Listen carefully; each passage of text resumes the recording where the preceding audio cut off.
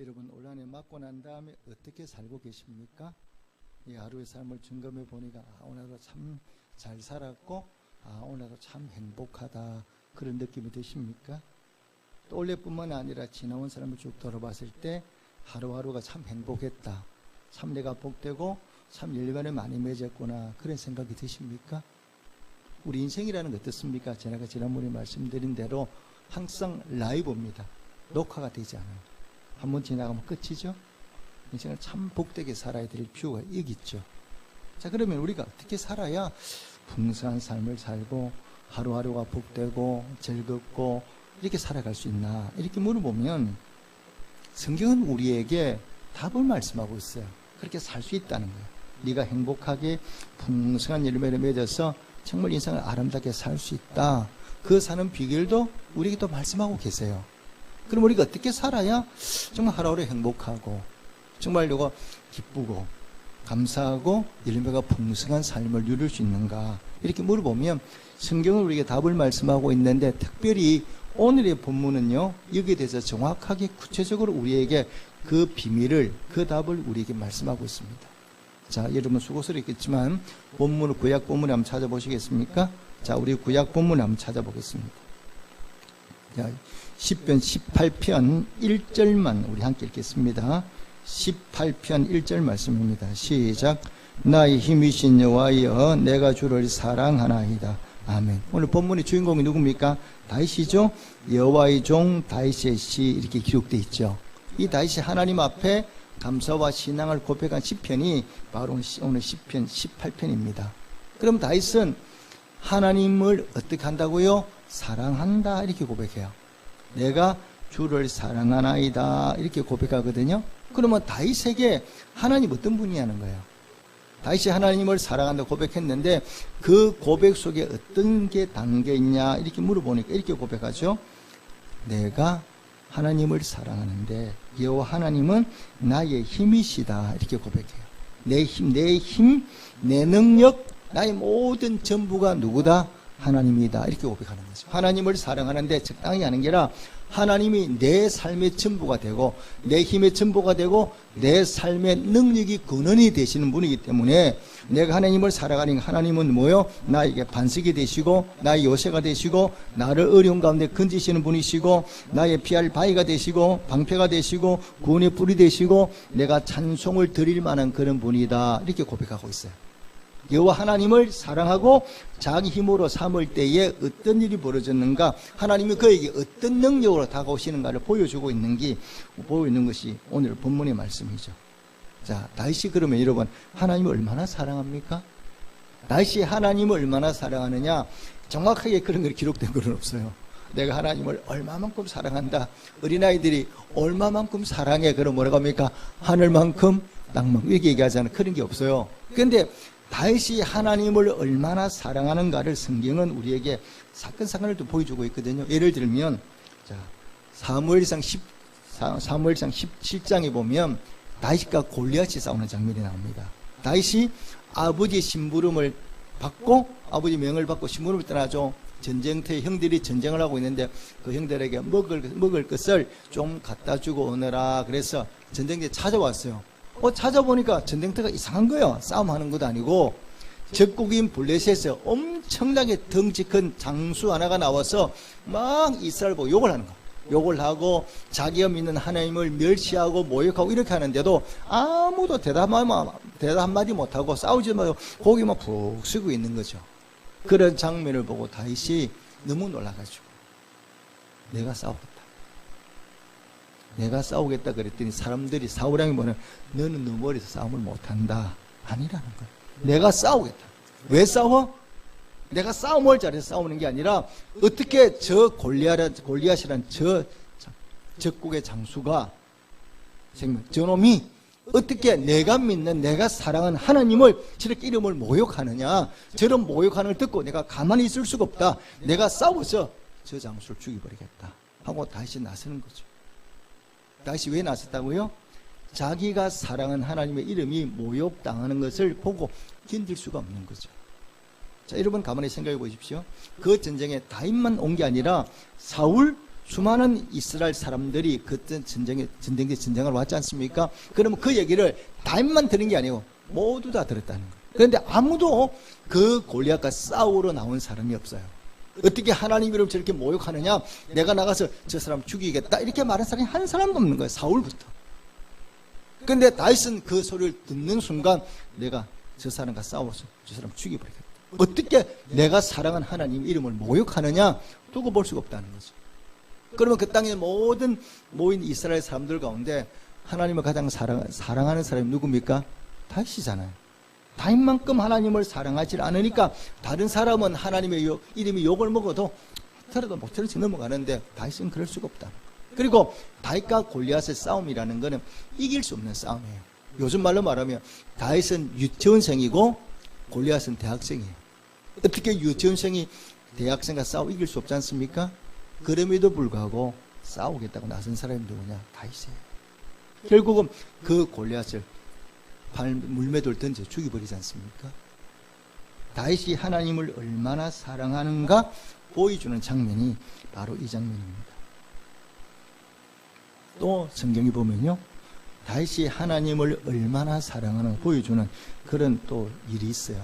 자, 역사상에 보면 다윗이 성전을 건축하겠다 이렇게 얘기를 하죠. 왜 성전을 건축하겠다고 얘기를 합니까? 자, 뭘 보고 알 수 있느냐? 사람은요, 누군가를 사랑하게 되면 그때부터 내 마음에 이상한 현상이 벌어져요. 지금까지 저 사람 한 번도 내 눈에 들어오지 않는데 내가 누군가를 사랑하면 그때부터 그 사람이 내 눈 속에 쏙 들어오는 거예요. 쳐다보면 그 사람밖에 잘 안 보여. 다른 사람은 잘 안 보이는 거죠. 내가 사랑하게 돼요. 그리고 그 사람에게 자꾸 마음이 가. 내가 어떻게 해보려고 하는데 안 되니까 마음이 내가 가려고 하는 게 아닌데 내가 누군가를 좋아하면 자꾸 그 사람에게 마음이 가요.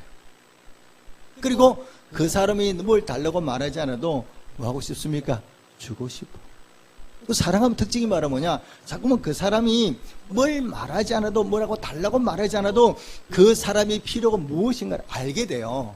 그래서 내가 내 남편을 사랑하게 되면 내 남편이 뭐라고 말하지 않아 아내는 그 남편이 뭘 원하는지 알고 있고 남편도 마찬가지예요. 아내를 사랑하면 내 아내가 말하지 않아도 그 아내가 뭐가 필요한가를 저절로 알게 되게 돼 있어요. 이게 사랑의 힘이죠. 다윗이 하나님을 사랑하지 않습니까? 그런데 그 땅에 사는 수많은 사람이 살고 있지만 성전을 건축하겠다고 말하는 사람 아무도 없어요. 그런데 성전을 건축하겠다고 나선 사람이 누굽니까? 다윗이거든. 그럼 하나님이 다윗 보고 야, 내 너한테 복 많이 줬는데 너 그냥 가만히 있어? 너 나를 위해 성전 건축해야 되지 않니? 하나님 말씀한 게 아니에요. 다윗이 곰곰이 생각을 해봤어요. 자기는 하나님께 받은 일이 너무 많아. 자기는 좀 궁안에 살아. 그런데 하나님을 생각해 보니까 하나님은 초라한 벗개가 초라한 장막 속에 있거든요. 텐트 속에 있거든요. 그걸 생각하니까 다시 너무 마음이 아픈 거예요. 그래서 내가 하나님을 위해서 뭘 지어드려야 되겠다? 성전을 건축해 드려야 되겠다. 이게 다윗의 마음이에요. 그러니까 다윗이 그 마음을 하나님께 말씀드리지 않습니까? 하나님, 제가 성전을 하나님을 위해서 성전을 건축해 드리고 싶은데요. 이렇게 말씀했더니 하나님이 뭐라고 말씀하십니까? 너 참 잘했다. 너 진작 말하지. 이렇게 말씀하지 않죠? 하나님 뭐라고 말씀하십니까? 야, 내가 이제 너 보고 성전 건축을 말한 적이 있니? 이 땅 모든 거 다 내 건데. 이가 필요하면 벌써 근데가 성전이 정말 필요했다면 벌써 건축을 했을 거다. 그런데 그렇게 나는 성전을 네가 특별히 건축하지 않아도 나는 불편한 게 없다. 그런데 네가 나를 위해서 성전을 건축하기도 말하니까 하나님 뭐래요? 내가 너무 기쁘다는 거. 내가 너무 기쁘고 즐겁구나. 너는 성전을 건축하기 어렵다. 왜? 네가 전쟁에 피를 너무 많이 흘렸기 때문에 너 대신 내 아들 솔로몬을 통해서 내가 성전을 건축하도록 허락하마. 이렇게 말씀하시면서 하나님이 다윗에게 복을 쏟아부으세요. 이름 보십시오. 역사상에 보면 그렇게 말한 다윗을 보시고 하나님이 다윗에게 얼마나 큰 복들을 쭉 이렇게 말씀하고 내용이 역사상에 나오고 있거든요. 다윗이 하나님을 얼마나 사랑하는 어느 누구도 하나님의 성전의 건축을 생각해 본 적이 없는데 다윗만 그런 생각을 하는 거예요. 그러니까 다윗이 얼마나 하나님을 사랑하는가를 보여주는 장면들이죠. 하나님이 이런 다윗의 마음을 정말 기쁘게 받으시고 다윗에게 복을 내리지 않습니까? 그러니까 다윗은 왕이 되겠다고 말한 적이 없는데 하나님이 다윗을 왕으로 삼았어요. 메시아 조종을 삼았어요. 또 하나님이 뭐라고 말씀하십니까? 그렇게 말씀하지 않아요? 내가 너한테 주지 않은 것이 뭐가 있니? 네가 만약 이것저것 더 달라고 말했더라면 내가 그것도 다 네게 주었을 거다. 이렇게 말씀하세요. 우리가 여러분 풍성한 삶을 살고 싶다. 그러면 1순위가 어디 있느냐? 다른 데 눈 돌리지 마시고 하나님을 사랑하는 성도가 되시기를 주님으로 축복합니다. 우리가 하나님을 사랑하면 하나님은 우리의 사랑을 정말 너무 기쁘게 받으시고 내가 하나님을 사랑하면 하나님한테 뭘 달라고 말하기 전에 하나님이 알아서 우리 삶을 다 채워주셔요. 다윗에게 말씀하지 않습니까? 네가 이것저것 달라고 말했더라면 내가 네한테 주지 않은 게 뭐가 있나? 그리고 네가 만약 이것저것 더 달라고 말했더라면 내가 네게 그것을 주지 않겠나? 이렇게 말씀하거든요.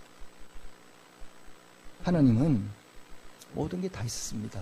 하나님이 없는 게 없습니다. 이 우주 만물이 다 하나님 건데 하나님이 딱 하나 원하시는 게 있어요. 딱 하나 부족하고 원하시는 게 있는데 그게 뭐냐 이렇게 물어보면 우리의 사랑입니다. 하나님은 우리의 사랑에 굉장히 목말라 하시고 우리가 하나님을 사랑한다고 고백하면 하나님이 얼마나 그것을 좋아하시고 우리의 사랑을 기쁘게 받으시는지를 몰라요.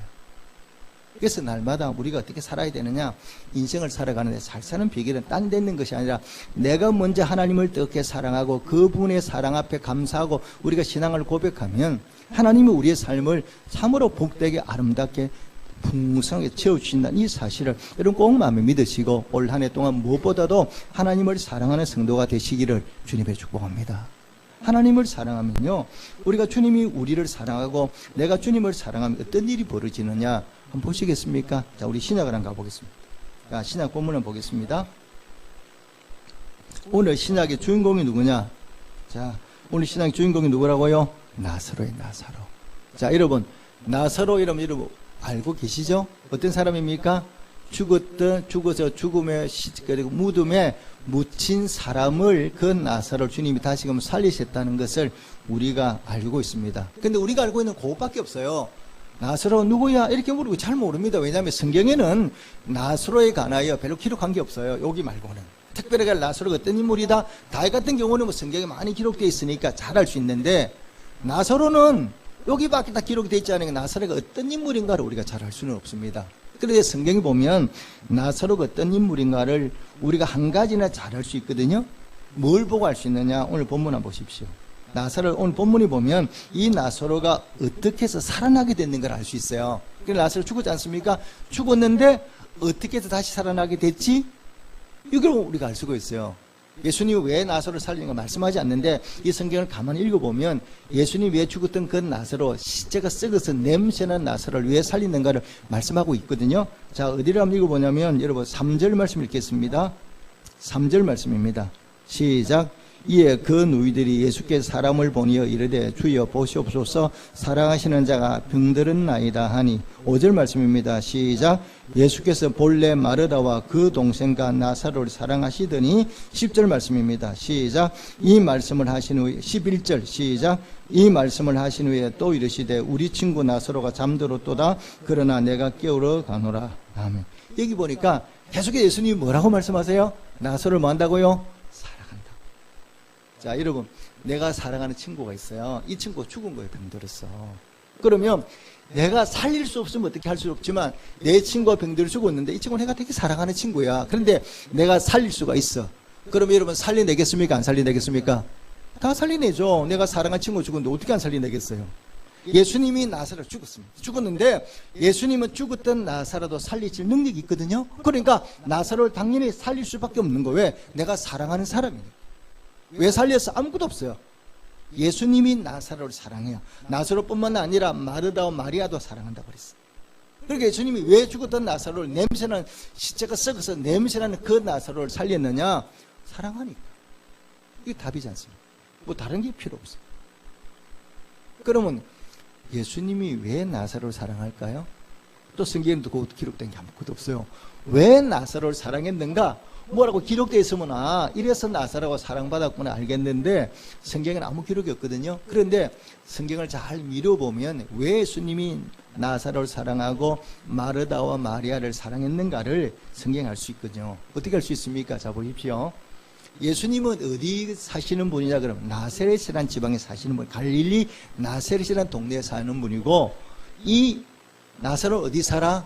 요즘 말하면 서울 근처에 사는 사람이에요. 그러니까 예수님은 우리나라로 치면 평양쯤 사는 사람이고, 나사로와 마르다 마리아는 그 서울 바로 옆 동네 조금 떨어진, 그러니까 예루살렘과 이 베단이라는 말이 살았는데, 베단이하고는 2km 오리쯤 거리가 되거든요. 걸어 다닐 수 있는 그런 마을에 살아요. 그럼 예수님이 예루살렘으로 자주 오시잖아요. 오시면 묵을 데가 없어. 예수님 돈도 별로 없어. 묵을 데가 없는데 그 멀리서 걸어오시는 묵어야 되거든요. 하루만 묵고 그만 돌아가는 게 아니라 며칠씩 계셔야 되거든요. 그리고 예수님 오시면 혼자 오시나요? 요즘 말에 떼거리로 오시나요? 때를 지어 오시오. 왜? 예수님 제자들이 다 따라오니까 숫자가 많어. 그럼 이 많은 사람 먹고 생활하는 게 보통 어려운 거 아닌데, 그때마다 예수님이 어디로 가셨어요? 베다니 나사로 집에 가는 거예요. 그러면 그 누이 마르다와 마리아가 예수님을 공개하잖아요. 먹고 예수님을 드시게 하고 잠 주무시게 하고 이런 것들을 누가 다 맡았다고요? 나사로 집에서. 그러니까 예수님이 이 집에 신자를 한두 번 진 게 아니에요. 그리고 예수님이 오실 때마다 지극히 이들 정성으로 예수님을 잘 받들어 섬기거든요. 그러니까 예수님이 그 나사로를 사랑할 수밖에 없는 거죠. 올 때마다 신세 지고, 올 때마다 그들이 예수님을 잘 공경하니까 예수님이 나사로, 마르다, 마리아를 사랑할 수밖에 없는 거죠. 그러니까 나사로 죽었는데 예수님이 가만히 계시겠습니까? 살리시겠습니까? 살 수밖에 없는 거예요. 그러니까 예수님이 이 나사로가 죽었을 때 그 나사로에게 찾아오셔서 그걸 뭐 할 수 있나? 살릴 수밖에 없는 거예요. 우리가 인생을 잘 사는 비결이 있느냐? 여러분, 딴 데 있지 않습니다. 성경은요, 여러분 그걸 잘 아셔야 돼요. 하나님이 우주 만물을 만드시고 우리 인간들을 만드시지 않습니까? 우리 첫째 인간인 아담과 하와를 만드셨어요. 만드실 때 어떻게 만들었냐? 하나님이 나름대로 인간을 만들 때는 그냥 만든 게 아니라 하나님이 만든 인간들이 어떻게 살기를 원하세요? 간단히 말하면 행복하게 살기를 원하세요. 우리도 마찬가지 아닙니까? 우리의 자녀가 어떻게 살았으면 좋겠어? 한마디로 말하면 행복하게 살았으면 좋겠잖아요. 다른 건 다 빼고 그냥 행복하게 살았으면 좋겠거든. 그럼 하나님도 마찬가지야. 우리 인간들이 이 땅에 사는 동안에 행복하게 살도록 하나님 그렇게 설계를 해놓으시고 우리 인간을 만드셨거든요. 인간이 행복하려면, 그래, 하나님 인간들을 행복하게 살도록 만들어 놓았어요. 그러면 어떻게 살아 인간이 행복하느냐? 딱 한 가지예요. 어떻게 살아 행복해? 사랑하면 살면 돼. 여러분 그렇지 않습니까? 부부간에 서로 사랑하면 행복합니까? 행복하지 않습니까? 행복할 수밖에 없죠. 부부간에 사이가 나빠지면 아무리 좋은 집에 살아도 행복은 저 다른 동네에 가 있어요. 그러니까 인간은 행복하게 살려고 그러면 사랑을 하며 살아야 돼. 그래서 이 성경이 우리에게 인간이 어떻게 살아야 되는가를 보여주고 있는 게 성경 말씀 아닙니까? 이 성경은 쓸데없는 얘기가 아니고 다른 얘기가 아니고 우리 인간들이 어떻게 살면 행복하게 살 수 있는가를 말씀하고 있는 내용이 이 성경 말씀이에요. 그래서 성경은 우리에게 강조하는 딱 두 가지예요. 첫째는 뭐냐? 하나님의 사랑. 두 번째는 뭐냐? 이웃 사랑. 이 두 가지를 말씀하거든요. 그러니까 우리가 행복하게 살고 싶으면 뭐냐? 하나님을 사랑하고 내 가족, 내 이웃들을 사랑하면 돼. 사랑하면 행복이 멀리 있는 게 멀리도 행복 다 내게로 가까이 오게 돼 있어. 이게 하나님이 우리를 만드실 때 그렇게 만들어 놓으신 거예요. 그래서 우리가 사랑하며 살지 않으면 돈이 억만금 있어도 행복은 나하고 별로 관계가 없는 것이 되고 말아요. 그런데 우리가 왜 불행하느냐? 우리는 행복이라는 게 뭐냐? 자꾸 물질을 찾고 눈에 보이는 걸 찾거든요. 이걸 좀 많이 넓은 집에 살고 내가 돈을 많이 벌어야 행복할 거라 생각하는데 그게 착각이라고 성경이 말씀하고 있거든요.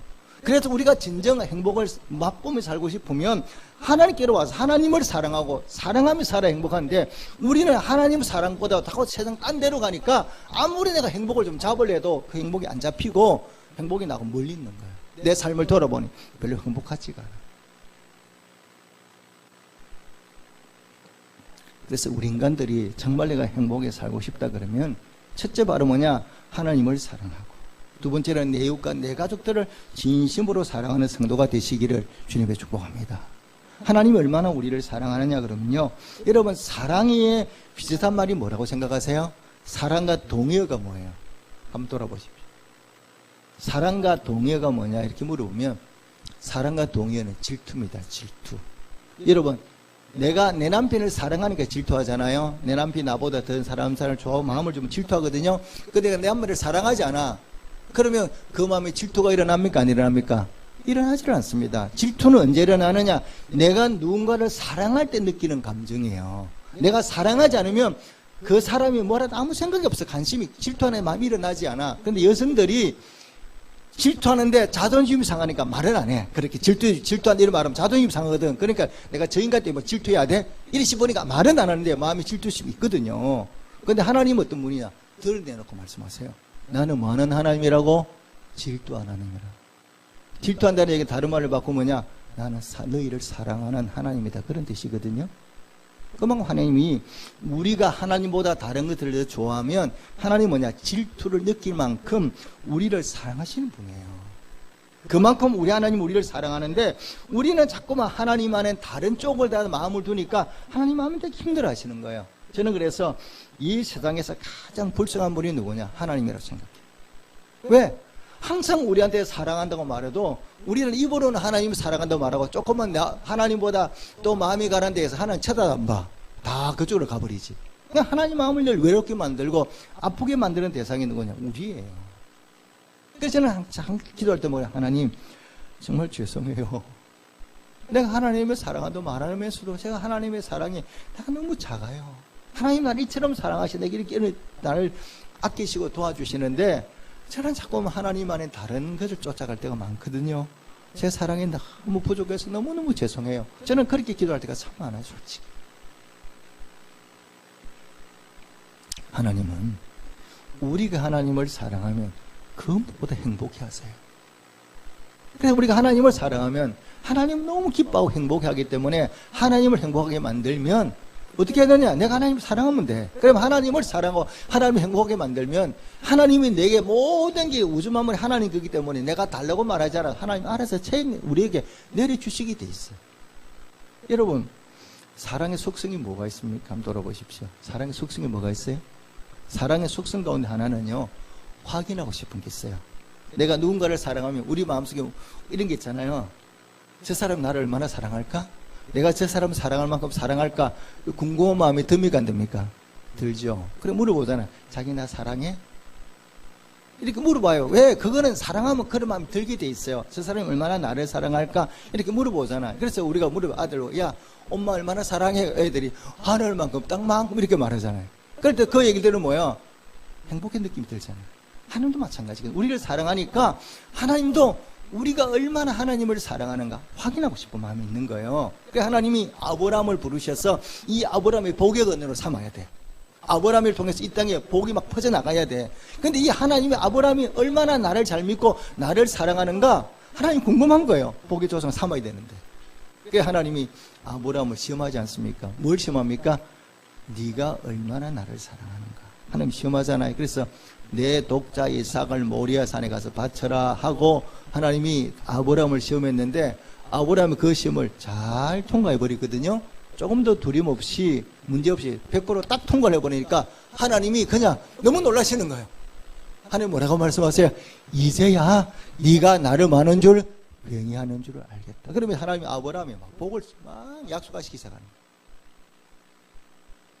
여러분 성경에 보면요 좀 억울한 사람이 한 사람 있어요. 누구냐? 여러분 성경에 가장 억울한 사람이 누구예요? 누구라고요? 욥이에요.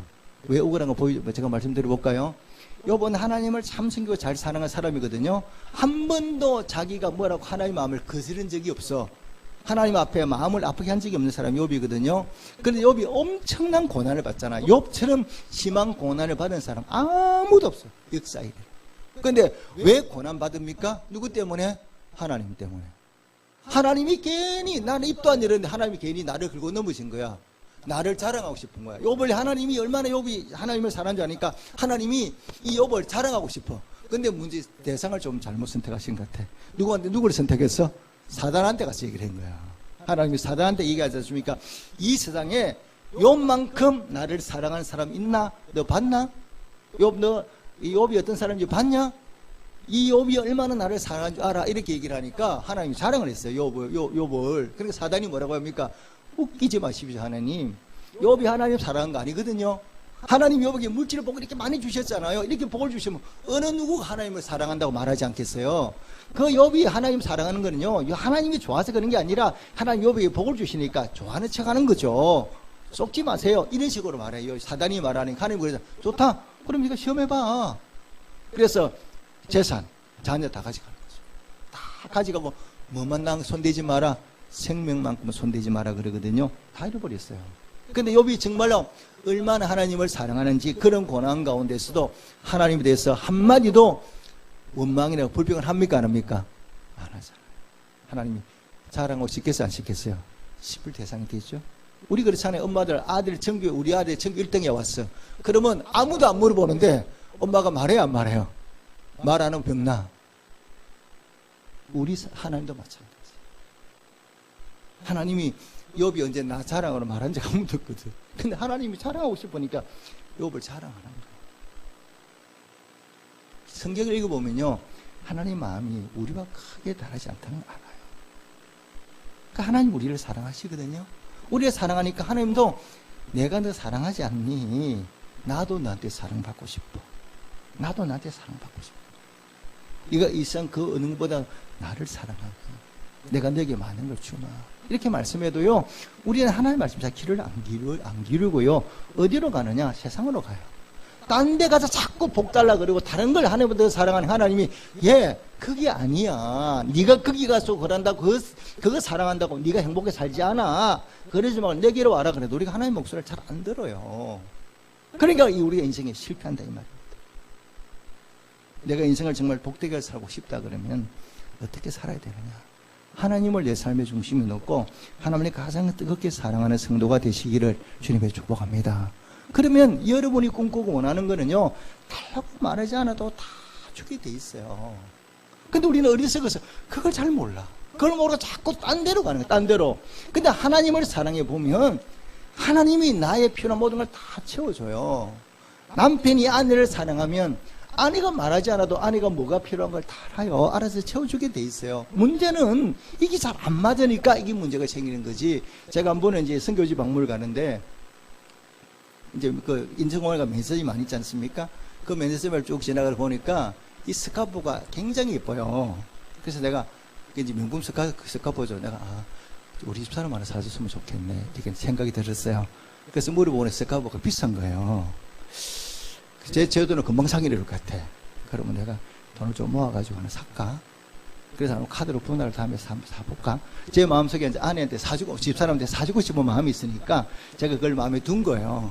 기회가 되면 저 스카프를 내가 사줘야 되겠다. 이렇게 생각을 했거든요. 내가 집에 와서 무리 얘기를 했어요. 여보, 내가 지난번 선교지 방문 갈 때 보니까 공예 스카프가 참 예쁜 게 하나 있던데 당신이 어떻게 그거 좀 하나 갖고 싶지 않아? 제가 이랬어요. 그러니까 얼마나 물어봐요. 얼마다 그랬더니 집사람이 뭐라든 현찰로 달래요. 끝! 상황이 끝나버렸어. 나는 사주고 싶은데 자기는 뭐가 필요해? 선물 필요 없고 현찰로 달래. 그래서 없던 걸로 되어버렸어요. 여러분들 그렇게 하지 마십시오. 그러면 하나님이 주시라고 했다. 됐다. 그러니까 그만두십니다. 사랑이라는 게 뭐냐? 속성을 주는 거거든요. 하나님을 사랑하면 여러분 내가 하나님을 사랑하는 거 안 하는 걸 뭘 보고 알 수 있는지 아세요? 내 안에 하나님께 뭔가 자꾸 드리고 싶은 마음이 생겨. 그거는 뭐예요? 하나님을 사랑하는 거예요. 근데 내가 하나님을 생각할 때마다 별로 드리고 싶은 게 별로 없어. 그거는 하나님을 사랑하지 않는 증거. 사랑은 주고 싶거든요. 즐거운 마음으로 예배 나오고 싶고 즐거운 마음으로 하나님 헌금을 하고 싶고 즐거운 마음으로 교회를 봉사하고 싶어. 그러면 하나님이 그런 중심을 보시면서 내가 뭘 달라고 말하지 않아도 하나님이 우리의 삶의 자리에 넉넉한 것으로 좋은 것으로 채워주신다는 이 사실을 꼭 마음에 믿으시기를 주님께 축복합니다. 그래서 자꾸만 우리의 마음을 여러분 다른 데 두지 마십시오. 다른 데 두지 말고 자꾸 하나님께 두세요. 하나님께 두고 하나님을 사랑해 보십시오. 하나님을 좋아해 보십시오. 그러면 내 마음에 행복이 쌓이게 돼 있어요. 내가 지금까지 한 번도 누리지 못했는 참된 행복감이 내 가슴 안에 가득히 밀려오게 돼 있어요. 그래서 사는 게 기쁘고 즐거워. 왜? 하나님을 사랑하니까 하나님이 나한테 그런 마음을 주시거든. 그러니까 우리가 사는 게 하루가 기쁘고 즐겁고 늘 하나님 가까이 가고 싶고 이런 마음이 들거든요. 근데 하나님을 나를 뒤다 밀어내버려. 그리고 세상 다른 쪽에 자꾸 관심을 쓰다 보니까 하나님하고 관계가 멀어지니까 우리 마음에 뭐가 쌓여? 염려와 근심과 고통만 쌓이는 거예요. 하나님이 우리에게 주신 건 언제나 좋은 것이거든요. 마귀가 우리에게 주는 것은 뭐냐? 겉모습은 좋아 보이도 마귀가 우리에게 주는 건 항상 두려움이라 그랬어요. 어떻게 살 거냐?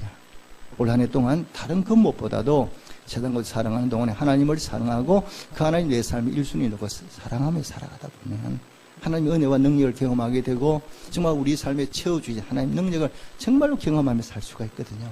시간이 지나고 보면 내 인생을 후회하는 법이 절대 없습니다. 오늘 주신 말씀 붙들고 정말 하나님을 뜨겁게 사랑해서 인생을 정말로 복되게 아름답게 살아가는 우리 모두 성도들이 되시기를 주님의 이름으로 축복합니다. 아멘. 기도하겠습니다.